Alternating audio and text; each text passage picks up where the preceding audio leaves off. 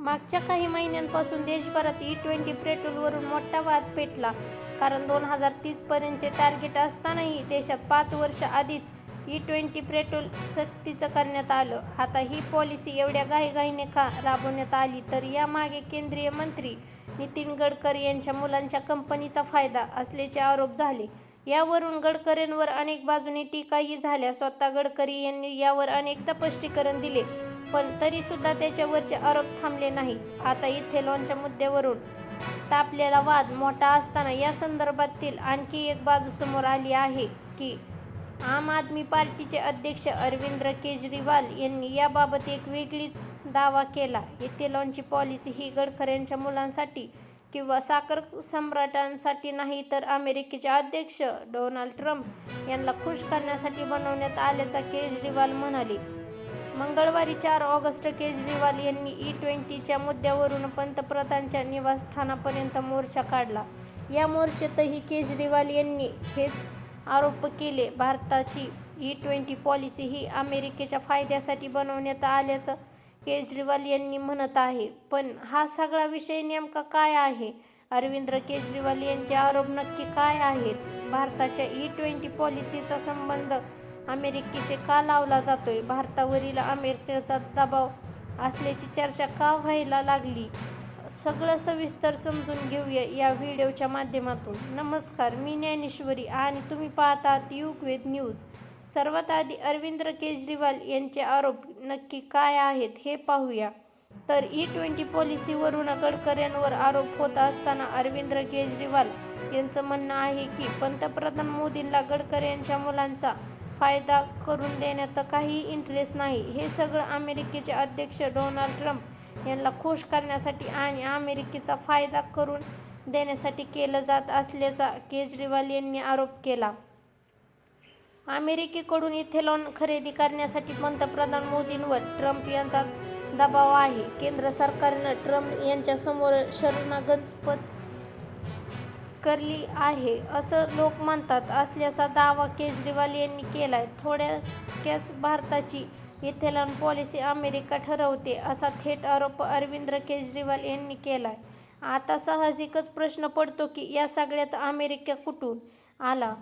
भारताची E20 policy America ठरवत असल्याचा केजरीवाल का म्हणताय? हे खरं शक्य आहे का? तर विषय असा आहे की यावर्षी फेब्रुवारी महिन्यात भारत आणि अमेरिका यांच्यात ऐतिहासिक ट्रेड डील साईन झाली.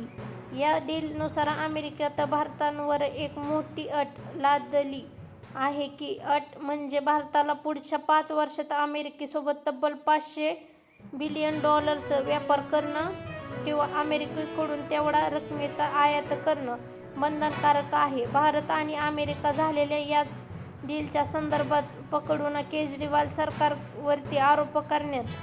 खरं तर $500 बिलियन ही रक्कम फार मोठी आहे. एवढ्या मोठ्या रकमेचा व्यापार करायचा असेल तर भारतात अमेरिकेकडून मोठ्या प्रमाणात वस्तूंची आयात करावी लागेल. आता भारत ही आयात कशा प्रकारे करू शकते? तर यात एक पर्याय कच्च्या तेलाच्या आयातीचा आहे. कारण भारत आपल्याला गरजेचं तब्बल 80 ते 90% कच्चं तेल दुसऱ्या देशाकडून आयात करतो.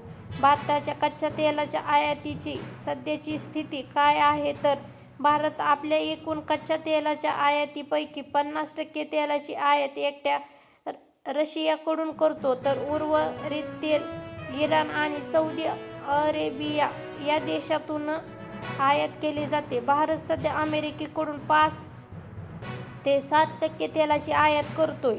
कारण अमेरिकेपेक्षा रशिया भारतात स्वस्त दरात तेल देतो.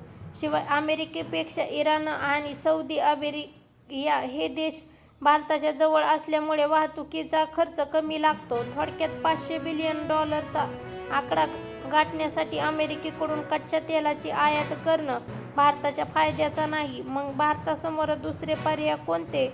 तर भारत सरकारच्या वाणिज्य मंत्रालयाच्या म्हणण्यानुसार भारत विमान वाहतूक क्षेत्रात $120 ते $150 बिलियन खर्च करण्यात आहे.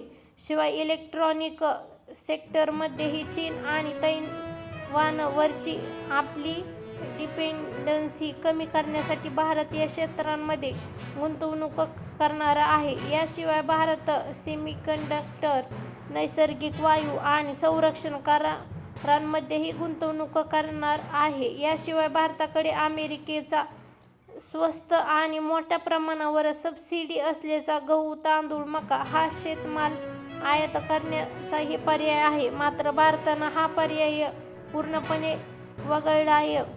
कारण जर भारतानं अमेरिकेतून शेतमाल आयात केला तर भारताच्या शेतकऱ्यांचं मोठं नुकसान होऊन मग $500 बिलियन आयातचा टप्पा गाठण्यासाठी आणखी कोणते पर्याय शिल्लक राहतात तर ते एंट्री होते इथेनॉलची. तर पाहिलं तर भारतानं अमेरिकेसोबतच्या करारानंतर इथेनॉलचा अत्यंत संवेदनशील कृषी उत्पादन या श्रेणीत ठेवण्यात, कारण भारताचा देशांतर्गत इथेनॉल उत्पादन लक्षणीय आहे. त्यामुळे जर अमेरिकेचं स्वस्त इथेनॉल भारतात आलं तर भारताचे ऊस आणि मका उत्पादक शेतकरी अडचणीत येतील. त्यामुळे भारतानं अमेरिकेशी करार करताना इथेनॉलच्या आयातीवर आयात शुल्क कमी केल्याचं नाही. तर मात्र असं असेल तर या संदर्भातील आकडेवारी वेगळं चित्र दाखवतात. मुळात अमेरिका हा जगातला सर्वात मोठा इथेनॉल उत्पादक देश आहे. अमेरिकेत मकाचं उत्पादन मोठ्या प्रमाणात होतं आणि या मकापासून मोठ्या प्रमाणावर इथेनॉलही बनवलं जातं. पण इथे लक्षात घेण्यासारखी गोष्ट म्हणजे अमेरिकेत E20 पेट्रोल वापरलं जात नाही. अमेरिका पेट्रोलमध्ये इथेनॉल मिक्सरांचे प्रमाण 10% कमी आहे. सगळ्यात महत्त्वाची गोष्ट म्हणजे अमेरिकेत ग्राहकांना पेट्रोल निवडण्याचा पर्याय देण्यात आलाय. अमेरिकेत ज्याला 100% शुद्ध पेट्रोल हवंय तो ते पेट्रोल घेऊ शकतो. भारतासारखे E20ची जबरदस्ती अमेरिकेत नाही. त्यामुळे अमेरिकेत जेवढ्या मोठ्या प्रमाणावर इथेनॉलचं उत्पादन होतं तेवढ्या प्रमाणावर इथेनॉल विकला जात नाही. आता अमेरिकेचं हेच इथेनॉल भारतात विकलं जावं यासाठी भारत सरकारनं E20 पॉलिसी लागू केल्याचे आरोप होत आहेत. आता हे आरोप कशाच्या आधारे होत आहे तर सध्या भारत अमेरिकेकडून इथेनॉलची आयात करण्याचा टॉप 4 देशांपैकी एक आहे. 2024-25 या आर्थिक वर्षात भारतानं अंदाजे $459 मिलियन इथेनॉल आयात केलं होतं. तर 2025-26 या वर्षात ही आयात थोडी घटून $403 मिलियन वरती आली. सध्या भारताच्या एकूण इथेनॉल आयातीपैकी तब्बल 94% जास्त आयात एकट्या अमेरिकेकडून होतो. उर्वरित 6% आयात ब्राझील, व्हिएतनाम आणि जर्मनी या देशांकडून केली जाते. मागच्या वर्षी अमेरिकेतून होणाऱ्या इथेनॉल आयातीचं प्रमाण 79 एवढं होतं. थोडक्यातच एका वर्षात अमेरिकेतून होणारी इथेनॉलची आयात 15% वाढली आहे. केजरीवाल यांनी मांडलेल्या आकडेनुसार पुढच्या 5 वर्षात भारत अमेरिकेकडून जवळपास $15 ते $20 बिलियन इथेनॉल खरेदी करणार आहे. म्हणजेच $500 बिलियन अटीमध्ये तब्बल $20 बिलियन एकट्या इथेनॉलवर खर्च केला जाणार आहेत. पण इथे लक्षात घेण्यासारखी गोष्ट म्हणजे भारत सरकार पेट्रोलमध्ये मिसळण्यासाठी दुसऱ्या देशातून 1 लिटरही इथेनॉल आयात करत नाही. पेट्रोलमध्ये ब्लेंड करण्यासाठीच सगळं इथेनॉल भारत देशांतर्गत ऊस, मका आणि अन्य धान्यापासून बनवतो. भारत दुसऱ्या देशातून जे इथेनॉल आयात करतो त्याचा वापर फक्त इंडस्ट्रियल आणि केमिकल सेक्टरमध्येही होतो.